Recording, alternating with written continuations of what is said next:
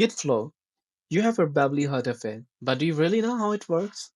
In the next few minutes, I'm going to break it down for you fast. Let's go. GitFlow is a branching strategy that helps teams collaborate on projects efficiently. It was created by Vincent Reason in 2010.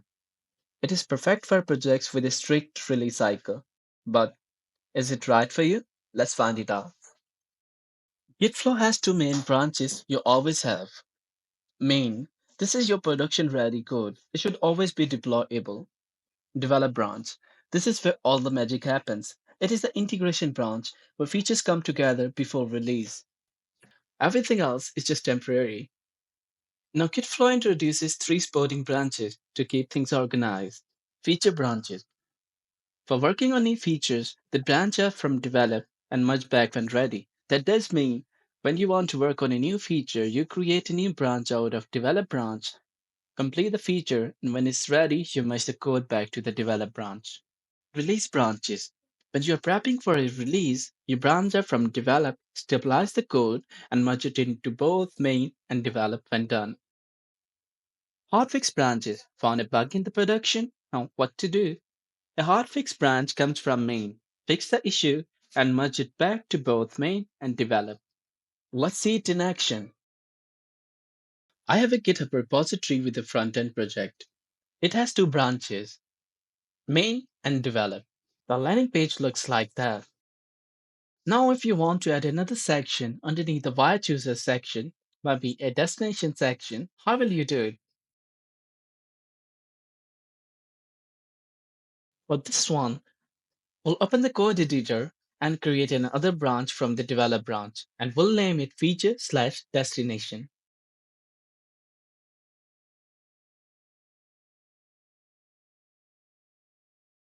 Now we'll implement this new feature or add this section to the relevant page and push the code to the feature destination branch. When it's done, now it's time to switch back to the develop branch and merge the code from feature/destination branch. And one more thing, don't forget to push the changes to the develop branch.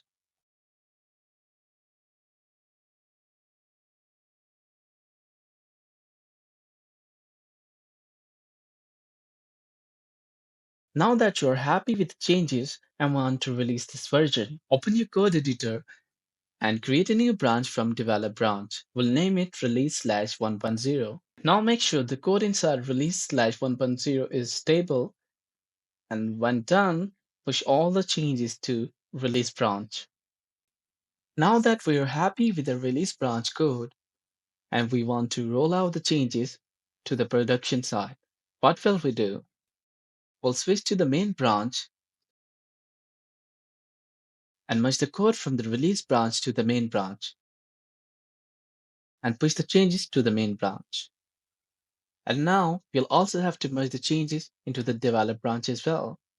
So for that, I'll switch to the develop branch, merge the changes from release/1.0 branch, and push the changes to the develop branch. Hooray! Finally, your changes are deployed. Imagine another scenario.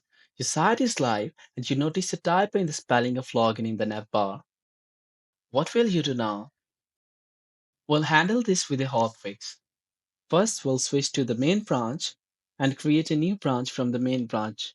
We'll name it hotfix/login button. After fixing the issue, we'll push the changes to the hotfix branch.